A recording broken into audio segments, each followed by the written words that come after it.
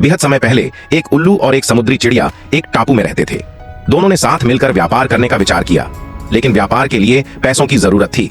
इसलिए उल्लू अपने मित्रों से पैसे उधार मांगकर लाया और समुद्री चिड़िया अपने कीमती गहने लेकर आई। व्यापार करने के लिए दोनों ने एक दूर का टापू चुना था, इसलिए दोनों एक जहाज में बैठकर उस दूर के टापू की ओर चल पड़े।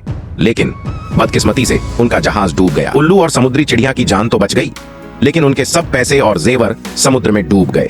इसलिए उस दिन से आज तक उल्लू केवल रात में ही बाहर निकलता है, क्योंकि दिन में उसे अपने लेनदारों से डर लगता है।